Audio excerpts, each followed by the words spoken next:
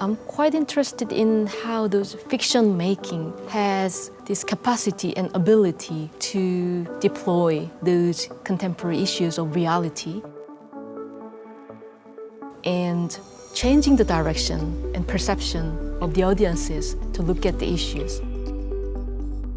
Korea is a pioneer in the world of digital art. The late Baek Nam-jun is considered one of its founding fathers and played a vital role in establishing it as a legitimate artistic medium.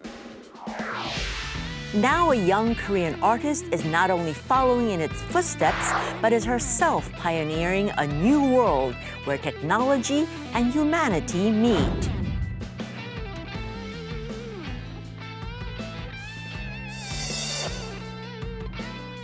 In June, Kim Ayoung won what is regarded as the Academy Awards in Video Art, the Golden Nica in the new animation arts category at the prestigious Prix Ars Electronica. Kim is our globalist this week, and we talk about how she was able to portray the multi-layered and the uncontrollable world we live in through her award-winning work, 딜리버리댄서의 Sphere. 사소한 것도 놓치지 말고 계속 체크해주세요. 배차가 수락되었습니다. 귀국지까지 최단 거리로 가보실게요. 에리스트모 댄서님, 배달을 지원되었습니다. 댄스 마스터의 추천 경로가 시작됩니다. 오늘도 밝게 빛나는 서울의 밤. 사람들은 딜리버리 댄스 레벨이 4계급제라고 알고 있어요. 우리들은 안 보이는 경로로 배달을 해요. 그렇게 되면 우리도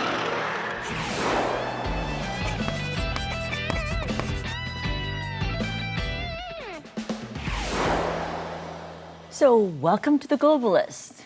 Thanks so much for inviting me here. It's great to have you here.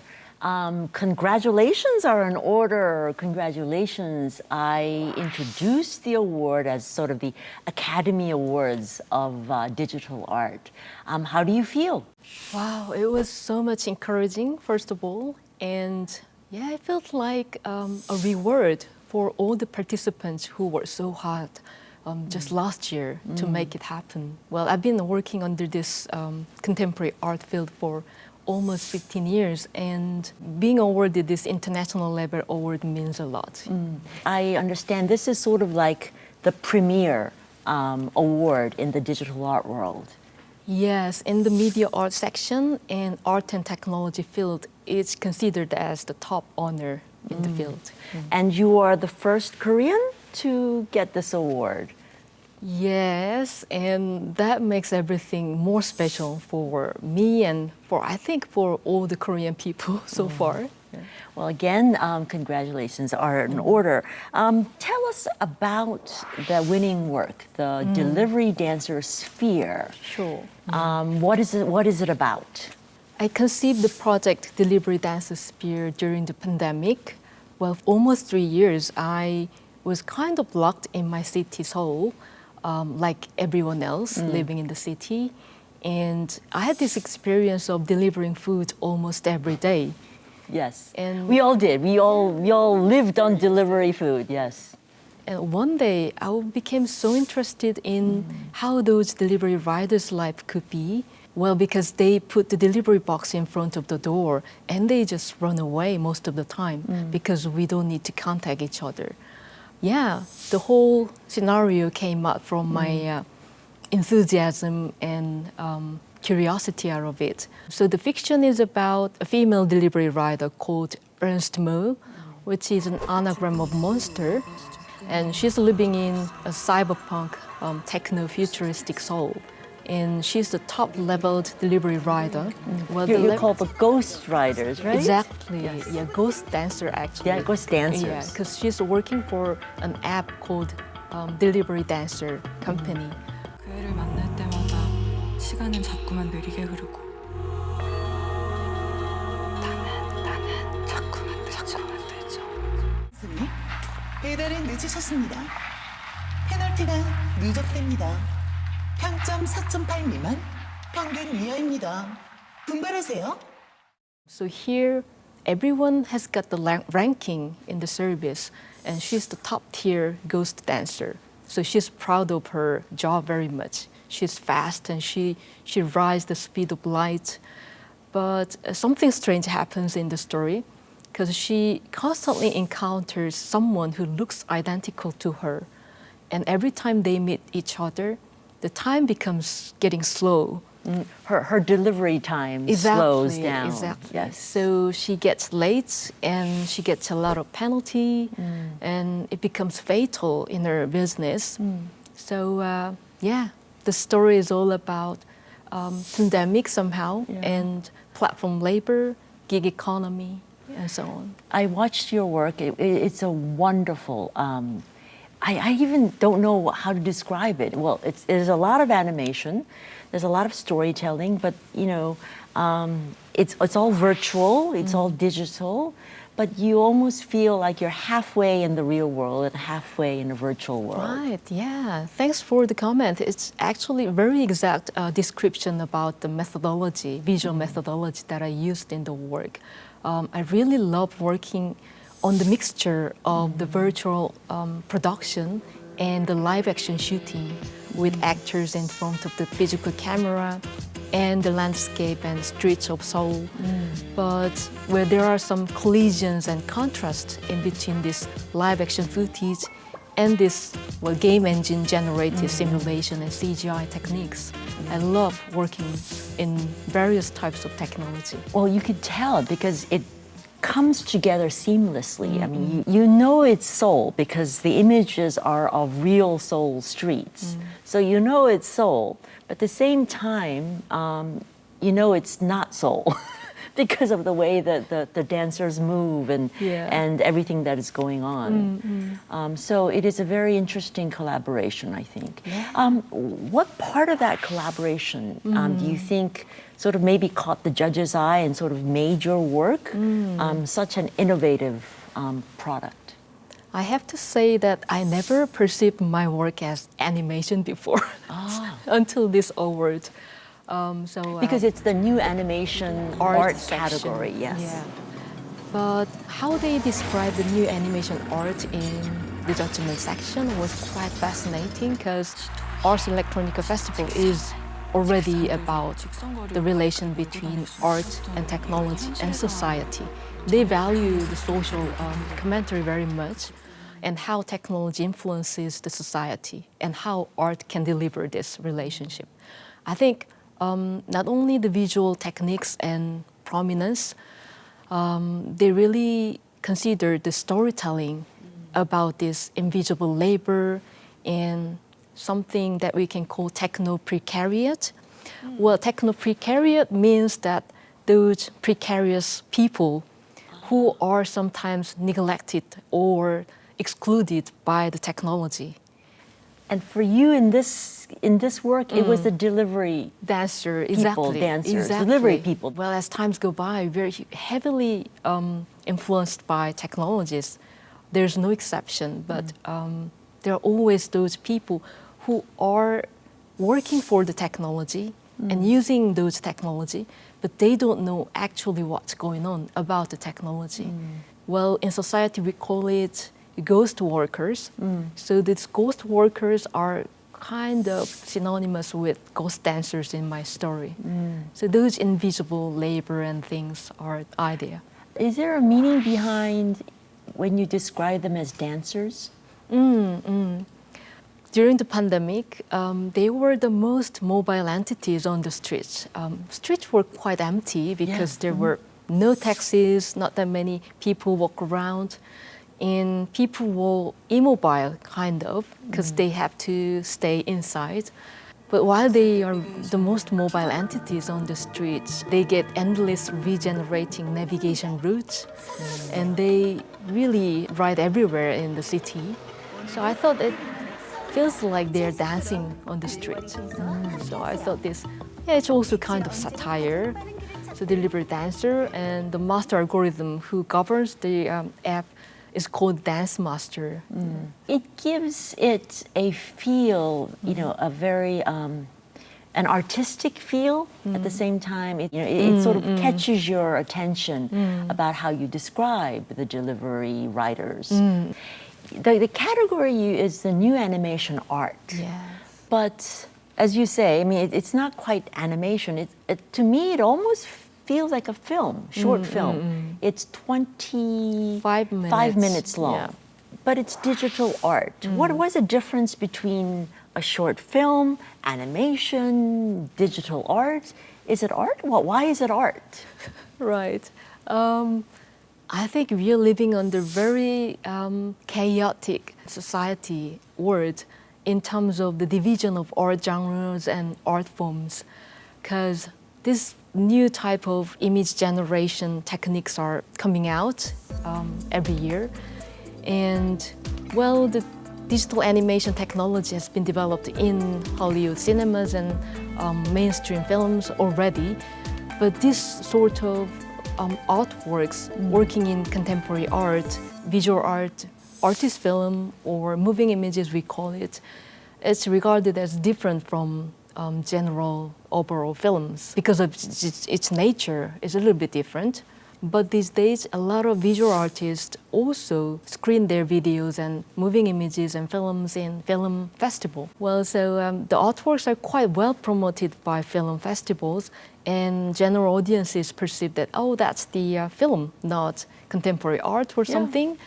But in my case, I prefer my work to be art piece than film, short film. Because it almost sort of gives you an image of the Academy Award film last year. So I think maybe the lines between film and digital art are sort of blurring on that side as well. Very much, but still there are some orthodox cinema people, film people, who doesn't consider my kind of work as film. And some people in contemporary art scene consider my work as, that looks too filmic for me. So I'm always in the middle. You're also sort of in that middle range. You're almost so not invisible, but you're sort of in that that different category. Yeah. Not nor here, or you could be in both.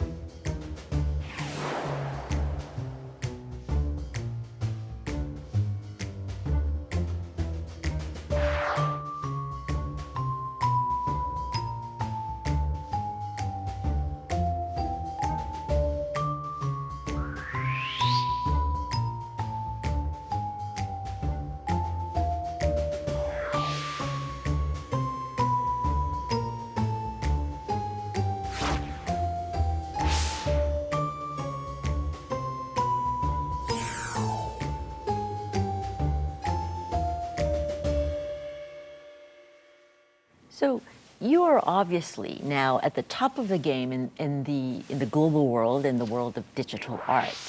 But how did you get started in this area? I'm quite keen on digital technology since I was young. And well, long time ago, I used to be working in the field of motion graphics. What is motion graphics? For instance, it was a commercial area. I was trained as graphic designer, motion graphic designer when I was younger. And I worked in the field, like creating, for instance, some promotional motions and intro artworks. So if like a cartoon bear is moving around, that could be more animation. Animation. In my case, like when you see, for instance, these could be motion graphics as well. You see on the backdrop. Well, moving images. Moving images. Yeah, when images start moving, that's where it comes. Exactly. I see. So it's already digital technology, editing. And I also studied photography in conventional way as well, but also digital photography. And yeah, it was quite spontaneous to get my hands on these new digital tools. But I love working on analog as well. So you obviously have a technology-based training experience, but then you have this storytelling desire. And you use many social issues like the delivery dancers, but you've taken on the refugee issue. What draws you to this storytelling mode? I just like making stories. I love reading novels, and especially sci-fi novels and fantasy fictions. I love them, and I'm quite interested in how those fiction making has this capacity and ability to deploy those contemporary issues of reality, but detouring the distance and kind of changing the direction and perception of the audiences to look at the issues in a very imaginary way. I think it's amazing methodology to deliver something. So is digital art a good form of way to bring these, because it's not a novel, it's digital art. So how does that allow you to enhance your storytelling ability? I think it's been only like less than 10 years that contemporary artists can start to create actually something that we can call sci-fi or speculative fiction. Because previously, because the cost and the budget we required for making this CGI and developed visual imagery, it was very high. And it was almost impossible to work on alone or in this home office kind of image production. But now the technology is available for everyone, and the software is quite easy to approach, and the 3D rendering time minimized, and even the game engine, we call those new technology called game engine. You can do the real-time simulation of 3D. But previously, to render a 3D sequence, it took like 3 days, 4 days to get the image. I see. So it's an innovation. And yeah, it's all about this production capacity, I think. It's that technological capacity put into your hands. Someone who's a storyteller. So that your imagination can come to life. Exactly. You can create the life. You don't have to send it out to somebody else. Exactly. But I also hear that you're just not, making things up, but you want to be able to really experience it before it becomes imaginary and digital. I hear you actually rode. Right. You delivered, or you rode with a delivery rider. Exactly, yes. Thanks for commenting that. I really enjoyed the experience. So I searched for female delivery rider to get the interview, and she taught me many things about how to use the apps and how it is like working in the industry. She was like 6 years working veteran, skilled rider, even before the delivery app came out in the industry. But I realized that it's almost impossible to feel the sense, how to feel how it is really like. So she brought me out to the delivery. So I was sitting on her motorbike on the back seat, and enjoyed the Seoul street and watched her delivering so many different things, like a set of croissant to Han Riverside, and dessert and noodles, everything. What did you learn? I mean, tell us something about that ride that you didn't know before. Well, I was quite impressed, and I was surprised to see that when they deliver something, when they ride on the street, they have to figure out how the road situation is, because they have to. But at the same time, their mindset is really absorbed into the mobile screen, because they are constantly receiving alarms and calls from the app, and their realities are somehow bifurcated. That was the most impressive part for me. And it's very dangerous, as you can imagine. Because they're riding very fast along the streets. And they are watching the app, not like the actual road. So this kind of awakeness, this alertness. They have to be very alert to avoid any accident and tragic things. Otherwise, yeah, it will be very dangerous. So it is a dangerous job. Quite dangerous, yeah. But I think from what you describe, you know, the app and the relationship between the app and the driver, maybe what got you to create the Dance Master, the all-controlling app, because you realized how controlling this app was. Yeah, it's constantly sending some messages and more calls. And the riders tend to receive multiple calls even though they have some delivery job to get more benefits. So it's very competitive, and all those platform labor and gig economy is highly depending on this notion that, oh, you're a freelancer. You can log on and you can log off whenever you want, and you can be free. You can work as much as you want. And it's a kind of trick. To get enough money, they have to be working so much. And it's physically quite consuming job. It's a very challenging job, I can imagine. Yeah.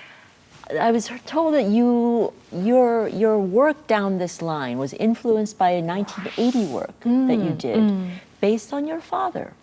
Right. What was that? Tell us about that. Sure. The whole story is about my interest in Korean modern history and how not only the Korean modern history but world history is highly influenced by the politics of oil, petroleum. Oil.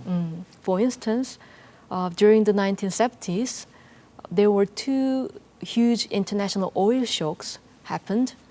So the oil shock means that, well, the oil-producing countries just suddenly raise up the price of oil so that countries like South Korea, which heavily relying on the import of oil to run the industry, was devastated after the oil shock. And I was born on the year of the second oil shock, 1979. And my father used to work in architecture company in Korea. So my father went to Saudi Arabia and Kuwait for 10 years. We never knew that it would be 10 years. Well, during the 1980s, when I was young, there were so many friends whose father and male family members went to the Middle East, working in that industry. Yeah. But it was only that 10 years, no more than that. So when I grew up, I became so interested and curious about this history, this part of history, how this could happen and how those people's lives in the Middle East.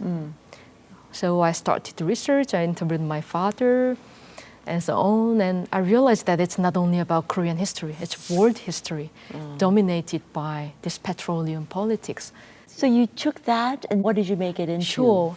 The series of works, it's a multimedia project called Zapeth Whale Oil from the Hanging Gardens to Your Shell. It's an illogical title, actually. Grammatically, it's incorrect.